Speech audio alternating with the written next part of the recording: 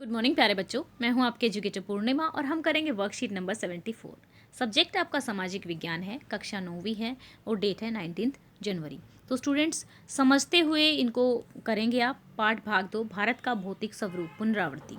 तो इसका मैंने एक वीडियो भी बनाया हुआ है 9th क्लास का और अच्छे से उसको समझाया हुआ है, तो उसको मैंने डिस्क्रिप्शन में डाल दूंगी, ठीक है। तो वो भी आप देख लेना, समझ में आ जाएगा।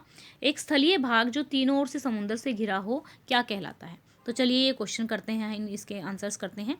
यहाँ पे क्या कहलाता है? प्रायद्वीप कहलाता है, ठीक है। भारत में हिमालय पर्वत का सर्वोच्च शिखर क्या है? कंचनजंगा, ठीक है। ओके, भारत में पूछा है। पंजाब हिमालय किन दो नदियों के बीच स्थित है? पंजाब हिमालय सतलुज और सिंधु नदी के बीच स्थित है। जब आप वो वीडियो देखोगे ना जो मैंने बना रखी है, तो उसमें समझ में आएगा पंजाब हिमालय कौन सा है, कुमायूं हिमालय कौन सा है। तो वो उसको देख लेना, मैं डिस्क्रिप्शन में डाल दूँगी उसको, ठीक है ना।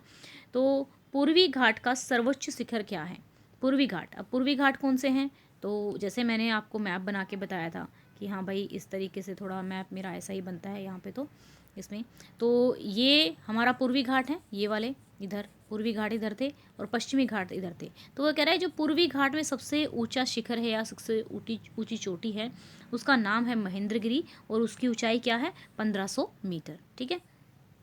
उत्तरी मैदान में सर्वाधिक जलोढ़ मृदा पाई जाती है, ठीक है। क्या ये सही है या गलत है? ये सही है। अब आपका एक पैराग्राफ दिया हुआ है, ठीक है। ये पैराग्राफ जो है आपका, इसको पढ़ लेना है। ये रहा। महान हिमालय के वलय की प्रकृति असीमित है। हिमालय के इस भाग का क्रोड ग्रेनाइट का बना है। इस श्रृंखला हमेशा बर्फ से ढकी रहती है। इसे बहुत सारी हिमानियों जो होती हैं, मतलब जो छोटी छोटी नदियाँ होती हैं, उनका प्रवाह होता है। जो ग्लेशियर्स होते हैं। दक्षिण में स्थित श्रृंखला सबसे अधिक असम में है। हिमाद्री के दक्षिण में स्थित श्रृंखला सबसे ज़्यादा कहाँ पर है? दक्षिण में है। हिमाचल या निम्न हिमालय के नाम से जानी जाती है। इन श्रृंखलाओं का निर्माण मुख्यतः अत्यधिक संपीड़ित तथा परिवर्तित शैलों से हुआ है। संपीड़ित का मतलब है, देखो क्या हुआ कि जो ये प्लेट के रूप में थी, अब दो प्लेट है, जब वो आपस में टकराएंगी ना, तो क्या होगा? इस तरीके से थोड़ा सा फोल्ड हो जाएंगी, मतलब ऐसे फोल्ड हो गई। और थोड़ी सी जब आपस में टकराई तो जो बीच में चट्टानें थी वो फोल्ड हो गई। उनके फोल्ड होने से जो चट्टानें बनी, उनको संपीड़ित सेल बोलते हैं, ठीक है ना। तो चलो अब इसके क्वेश्चन आंसर्स कर लेते हैं। अच्छे से पढ़ना है और इसको करना है। चलो चलो देखो, स्तोत्र संबंधी। हिमालय पर्वत का केंद्रीय भाग किस प्रकार की चट्टान का बना है? कैसा? ग्रेनाइट का बना है। हिमाद्री के दक्षिण में स्थित पर्वत श्रृंखला कौन सी है? हिमाचल या फिर निम्न हिमालय। फिर है, किस क्षेत्र को पहाड़ी नगर के नाम से जाना जाता है? ठीक है, निम्न हिमालय क्षेत्र को पहाड़ी नगरों के लिए जाना जाता है, ठीक है। नेक्स्ट क्वेश्चन है, संपीड़ित शैलें क्या होती हैं? ठीक है, ये शैलें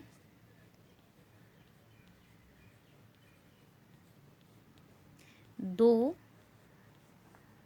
प्लेटों के आपस में टकराने से बनती हैं।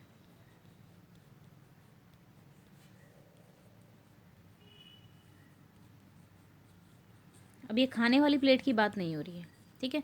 उस चैप्टर में मैंने बताया हुआ है, जब समझ में आएगा। तो हिमालय का निर्माण भी इसी तरीके से हुआ है, ठीक है। जैसे मान लो दो प्लेट हैं, इस तरीके से लिख लेंगे। अब जैसे प्लेट का प्लेट क्या होती है? ज़मीन की टुकड़ों को ही प्लेट यहाँ पे बोला गया है। बरकान से आप क्या समझते हैं? मरुस्थलीय क्षेत्र में पाए जाने वाले अर्धचंद्राकार बालू के टीले को बरकान कहते हैं, ठीक है। नेक्स्ट है, उत्तरी मैदान सघन जनसंख्या वाला क्षेत्र क्यों है? उत्तरी मैदान सिंधु, गंगा, ब्रह्मपुत्र तथा इनकी सहायक नदियों से बना है, जिसकी वजह से यहाँ उपजाऊ भूमि तथा पर्याप्त मात्रा में पानी की उपलब्धता है तथा यहाँ की जलवायु भी कृषि के अनुकूल है। इसी कारण उत्तरी मैदान सघन जनसंख्या वाला क्षेत्र है, ठीक है। अब नेक्स्ट क्वेश्चन, हिमालय पर्वत का हमारे लिए क्या महत्व है? हिमालय पर्वत का हमारे लिए बहुत महत्व है। हिमालय की विशाल पर्वत श्रृंखला साइबेरिया से आने वाली शीतल वायु राशियों को रोककर, जो शीतल हवाएं आती हैं उसको रोककर भारतीय उपमहाद्वीप को जाड़ों में अधिक ठंडा होने से बचाती हैं। हिमालय से निकलने वाली नदियों से उपजाऊ जलोढ़ मृदा का निर्माण होता है तथा पर्याप्त मात्रा में पानी प्राप्त होता है, ठीक है। अब चलेंगे नेक्स्ट क्वेश्चन पे। हिमालय क्षेत्र तथा प्रायद्वीप पठार के उच्चावच लक्षणों में अंतर स्पष्ट कीजिए। हिमालय एक नवीन वलित पर्वत है, वलित मतलब फोल्डेड, एक नए बने हैं ये, ठीक है, कंपैरिजन टू अगर हम प्रायद्वीप के पठार की बात करें तो इसमें ऊंचे शिखर, गहरी घाटियाँ, तेज बहने वाली नदियाँ पाई जाती हैं, जबकि प्रायद्वीपीय पठार कम ऊंची पहाड़ियों एवं चोटी व घाटियों से बना है। प्रायद्वीपीय पठार में देखेंगे, अगर आप देखें तो हमारी जो माउंट एवरेस्ट है, ठीक है, तो मतलब इतनी ऊंची है, मतलब चोटी काफ़ी ऊंची है, तो हिमालय काफ़ी मतलब ऊंची चोटियां हैं। प्रायद्वीप में तो मुश्किल से ही बहुत ही कम ऊंची चोटियां हैं, मतलब उतनी ऊंचाई आसपास है भी नहीं। हिमालय क्षेत्र तलछटी चट्टानों से बना है, जबकि प्रायद्वीप पठार आग्नेय तथा रूपांतरीय शैलों से बना है, ठीक है। अब भूवैज्ञानिक दृष्टि से हिमालय अस्थिर क्षेत्र में आता है, यानी कि यहाँ पे ना भूकंप आते रहते हैं हिमालय क्षेत्र में। प्रायद्वीप में भी भूकंप आते हैं, लेकिन फिर भी ये काफ़ी स्थिर है, ठीक है। हिमालय से 12 नदियाँ निकलती हैं।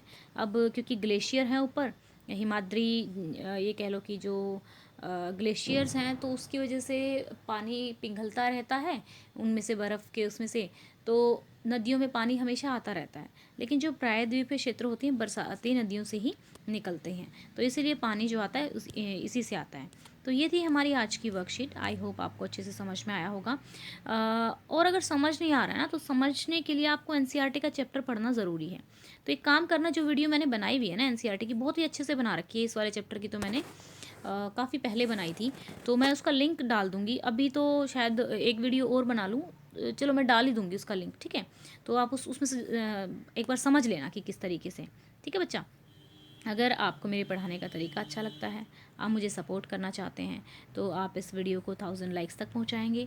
और अगर आपने चैनल को सब्सक्राइब नहीं किया है और आप चाहते हैं कि आपको 9th 6th to 10th class में आपको अच्छे से पढ़ना है, तो आप चैनल को सब्सक्राइब कर सकते हैं।